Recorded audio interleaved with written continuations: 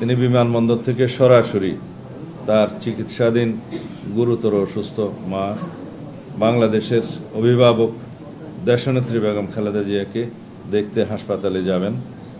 যেতে চান তার পিতা মহান স্বাধীনতার ঘোষক শহীদ জিয়ার মাজার জিয়ারতে, যেতে চান ভাইয়ের কবরের পাশে।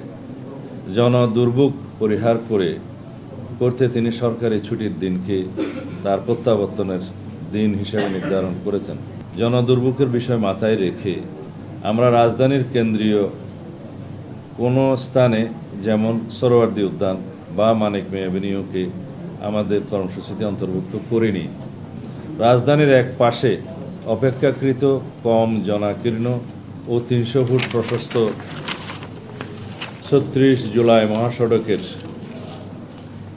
শুধুমাত্র এক পাশের সার্ভিস লেনকে অতি সংক্ষিপ্ত এক গণ অভ্যর্থনা হিসাবে নির্ধারণ করেছি। আমরা আমাদের নেতা কর্মী সমর্থকদের নির্দেশনা দিয়েছি যাতে তাদের বেশিরভাগ কাঞ্চন ব্রিজ ব্যবহার করে অনুষ্ঠানস্থলে আসেন।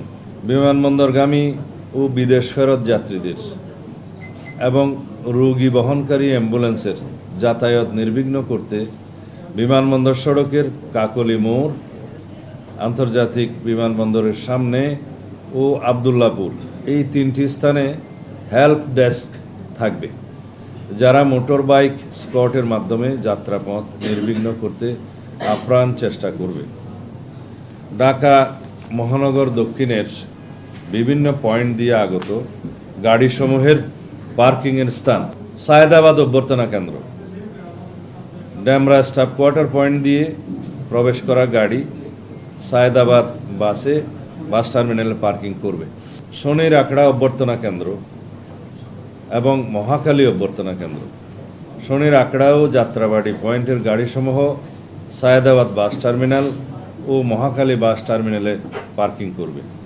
নয়াবাজার বাবুবাজার ব্রিজ পয়েন্টের গাড়িসমূহ ফুলবাড়িয়া গুলিস্তান বাস টার্মিনাল ও মহাখালী বাস টার্মিনালে পার্কিং করবে।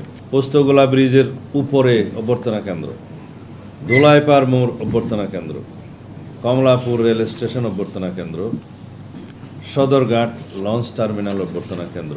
এখানে আমাদের সেই অভ্যর্থনা কেন্দ্রগুলো ইতিমধ্যে আমরা ব্যবস্থা নিয়েছি।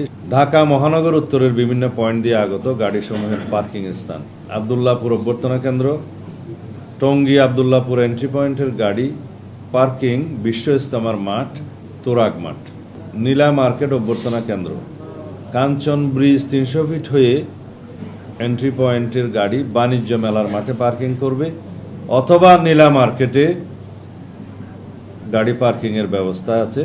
দিয়াবাড়ি অভ্যর্থনা কেন্দ্র, গাবতলী এন্ট্রি পয়েন্টের গাড়ি বেড়িবাঁধ হয়ে উত্তরা দিয়াবাড়ি গরুরহাট ১৭ নম্বর সেক্টরে পার্কিং করবে। চীন মৈত্রী হলের পাশে বাণিজ্য মেলার মাঠ অভ্যর্থনা কেন্দ্র, বসিলা মোহাম্মদপুর হয়ে আসা গাড়ি পার্কিং চীন মৈত্রী হলের পাশে বাণিজ্য মেলার মাঠে হবে। তিনি বাংলাদেশ বিমানের এক নিয়মিত ফ্লাইটে লন্ডন থেকে বাংলাদেশ সময় মধ্যরাতে হিথ্রো বিমানবন্দর থেকে যাত্রা করে আগামীকাল সকালে সিলেটে যাত্রা বিরতির পর বেলা ১১টা ৫০ ঢাকায় অবতরণ করবেন ইনশাআল্লাহ। বিমানবন্দরে তাকে অনাড়ম্বর অভ্যর্থনা জানাবেন বিএনপির স্থায়ী কমিটির সদস্যবৃন্দ। বিমানবন্দর থেকে তিনি চিকিৎসাধীন দেশনেত্রীর শয্যা পাশে অবস্থানের জন্য এবার কেয়ার হাসপাতালে যাবেন ৩৬ জুলাই এক্সপ্রেস ওয়ে, যেটা ৩০০ ফিট বললে সবাই চেনে। ৩০০ ফিট সড়কে অ্যাক্সেস রোড হয়ে যাবেন। প্রতিমধ্যে তিনি অত্যন্ত সংক্ষিপ্ত অনুষ্ঠানে দেশবাসীর প্রতি ধন্যবাদ ও কৃতজ্ঞতা জ্ঞাপন করবেন এবং মহান আল্লাহর দরবারে শুকরিয়া আদায় করবেন।